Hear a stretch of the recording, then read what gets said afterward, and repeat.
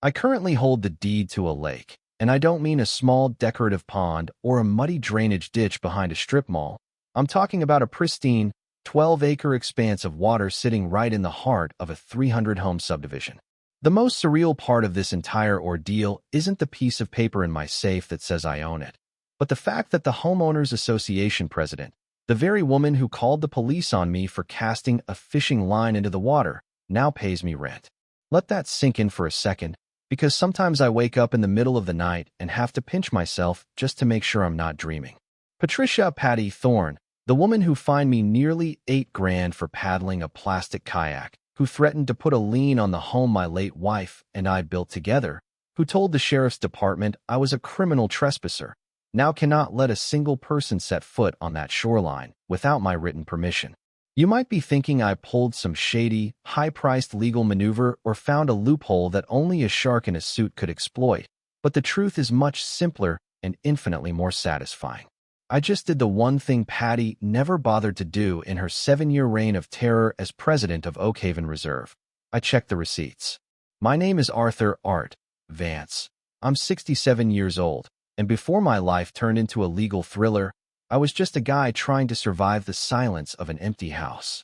I spent 4 decades working as a civil engineer for the City Planning Commission, a job that involves staring at blueprints, checking property lines, and ensuring developers don't build condos on top of sinkholes, essentially a life of quiet precision.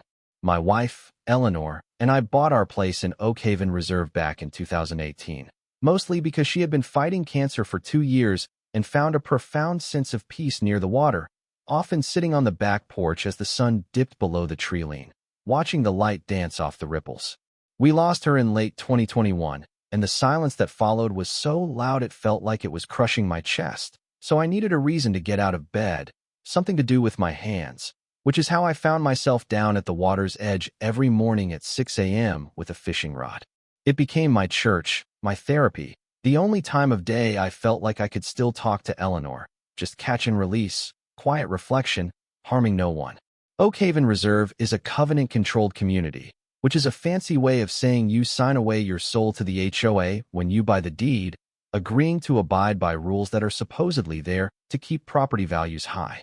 Our fearless leader was Patty Thorne, a 50-something real estate agent with a smile that didn't reach her eyes and a terrifying obsession with control, the kind of person who would measure your grass with a ruler and fine you if your trash cans were visible for 10 minutes past pickup time. For years, people just paid her fines because it was easier than fighting, until March of 2024, when I received a letter that made my blood run cold. It was a demand for nearly $6,000 in retroactive aquatic maintenance fees and a watercraft registration penalty for my 40-pound kayak, claiming that every homeowner with lake access owed $85 a month to cover insurance and upkeep. I looked around and realized everyone was paying it, hundreds of thousands of dollars a year funneling into the HOA for a lake that basically took care of itself. But I'm not a fighter by nature, so I wrote the check, figuring that if I was paying for the privilege, I was going to use it every single day. That was Patty's first mistake, assuming that because I paid, I was submissive, but then she put it in writing that the board could revoke access for community violations, and she started watching me like a hawk. One morning in late April, the air was crisp and the water was like glass. I had just hooked a decent base when I heard the heavy thud of boots on the wooden dock behind me.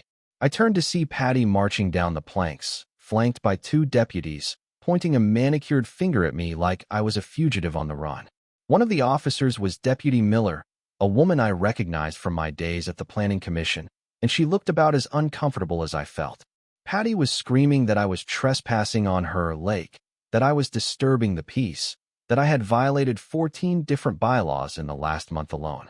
I kept my voice low, respectful, explaining to Deputy Miller that I lived 300 yards away, that I had paid the exorbitant fees, and that I was simply fishing, but Patty wasn't having it. Leaning in and hissing that she managed the lake, she decided who used it, and if the police didn't remove me, she would make life hell for everyone involved.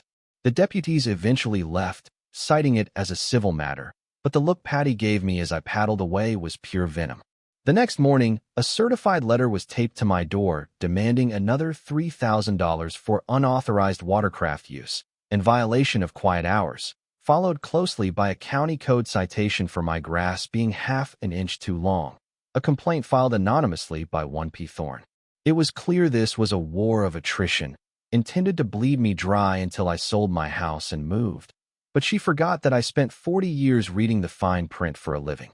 I called up an old protege of mine, Davy, who is now the county surveyor, and asked him to meet me at a diner on the edge of town because I had a nagging suspicion that something about the lake didn't smell right.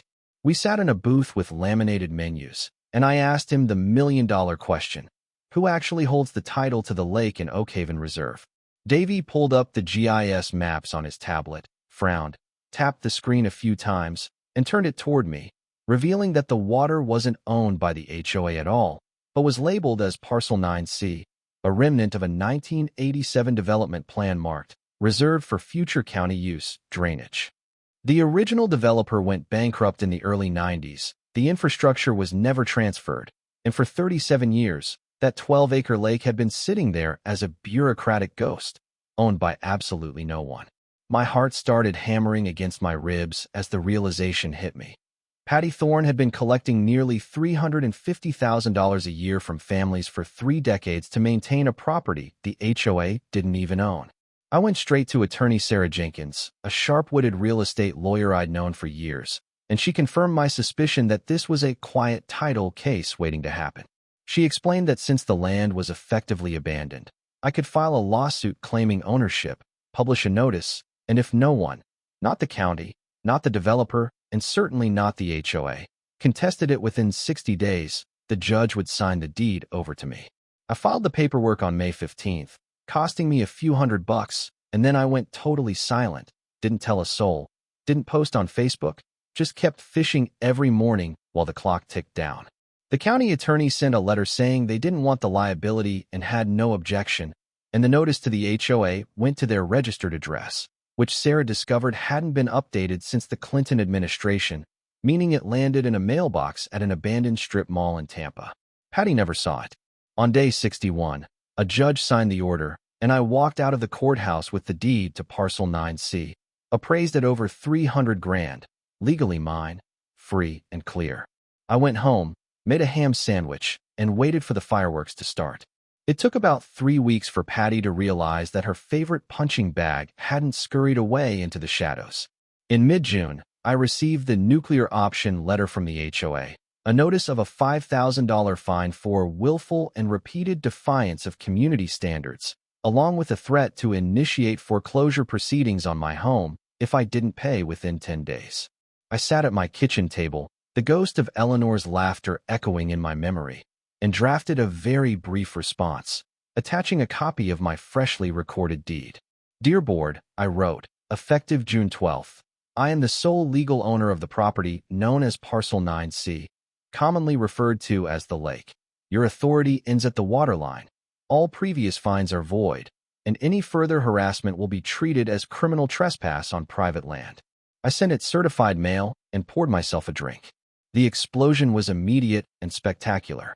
An emergency board meeting was called, and though I wasn't invited, a sympathetic neighbor named Janet, the board secretary who had been quietly hating Patty's guts for years, filled me in. Patty had apparently stood up, waving my letter like a declaration of war, screaming that I was a fraudster, a thief, and a con artist who was trying to steal their lake.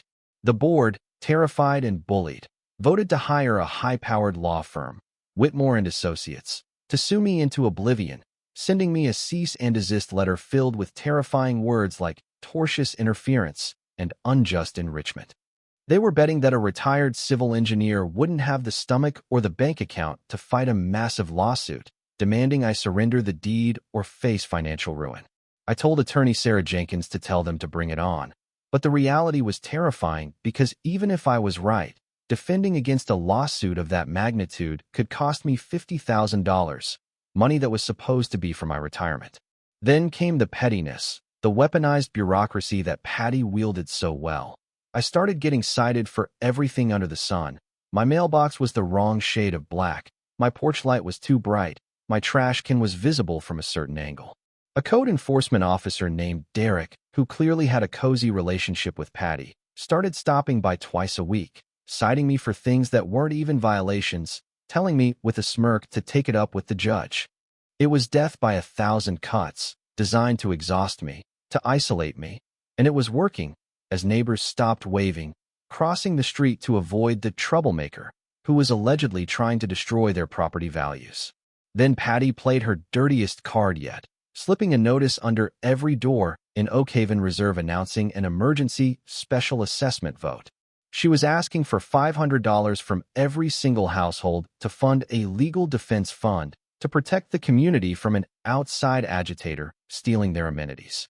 She spun a masterclass in manipulation, never naming me, but implying that if they didn't pay up to fight this predator, the lake would be fenced off, property values would tank, and the neighborhood would crumble. The vote passed with 76% approval because people were scared, and suddenly Patty had a war chest of $170,000 to crush me.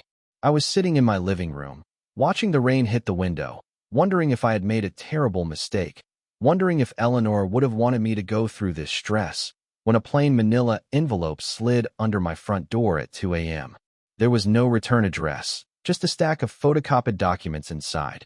3 years of internal HOA meeting minutes that were never meant to see the light of day. I stayed up all night reading them, highlighter in hand, and by dawn, I realized I wasn't just holding a defense, I was holding a smoking gun. The minutes revealed that the board had been paying $4,500 a month to a company called Thorn Management Solutions for consulting services. There were no invoices, no descriptions of work, just a direct pipeline of cash from the HOA reserves into an LLC owned by Patty's husband. Another entry from a closed-door session, which is illegal in our state for this type of discussion, quoted Patty saying, "We need to make an example of Mr. Vance to ensure no one else questions our authority." I realized then that this wasn't just about a lake. This was about a personal fiefdom funded by unwitting neighbors.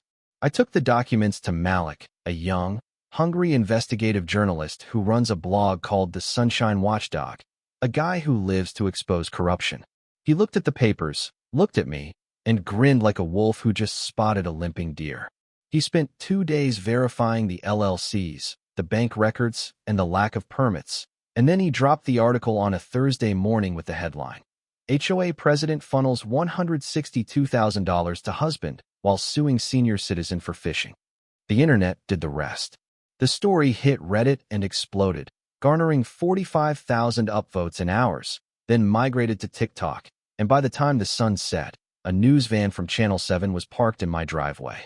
I stood on the shore of Parcel 9C, the very spot where I was arrested, and told the reporter, "They called me a thief for legally buying a lake they didn't own, all while charging families millions over 30 years for maintenance on a property they had no right to touch."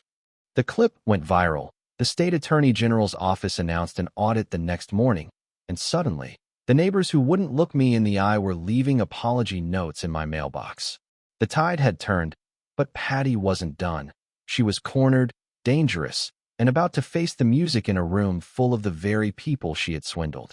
The emergency meeting to remove Patty Thorne was held in the community center, a beige room that usually hosted knitting circles, but was now packed with over 250 people, standing room only, the air thick with the kind of tension you usually feel before a thunderstorm. Patty sat at the front table, rigid, her face a mask of defiant fury, refusing to look at the crowd that had turned against her. Janet, the brave secretary who had likely slipped me those documents, called the meeting to order, and the motion to remove Patty for misappropriation of funds and abuse of power was read aloud by a neighbor named Paul. When the vote was called, 87% of the room raised their hands.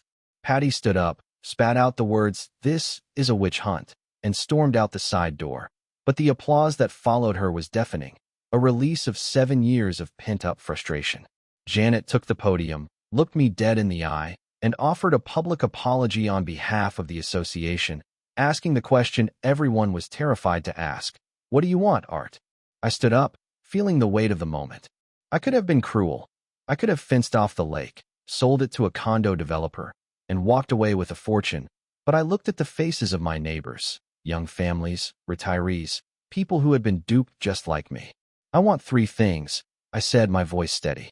1, the lawsuit is dropped immediately.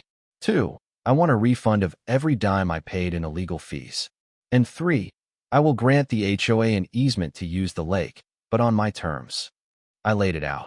The monthly fee drops from $85 to $15, just enough to cover actual costs. No more hidden consulting fees. I retain veto power over any new rules, and I get to fish whenever I damn well please, sunrise to sunset. The vote to accept was unanimous. 2 weeks later, at the formal signing, a man in a cheap suit stood up in the back.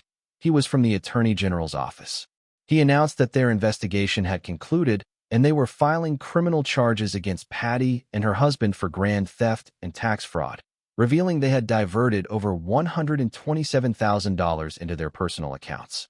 Patty, who had shown up just to glare from the back row, turned purple and started screaming that she was protecting our property values, pointing at me as the villain, but I simply stood up and said, "You charged these people $11 million over 30 years for a lake you didn't own, Patty.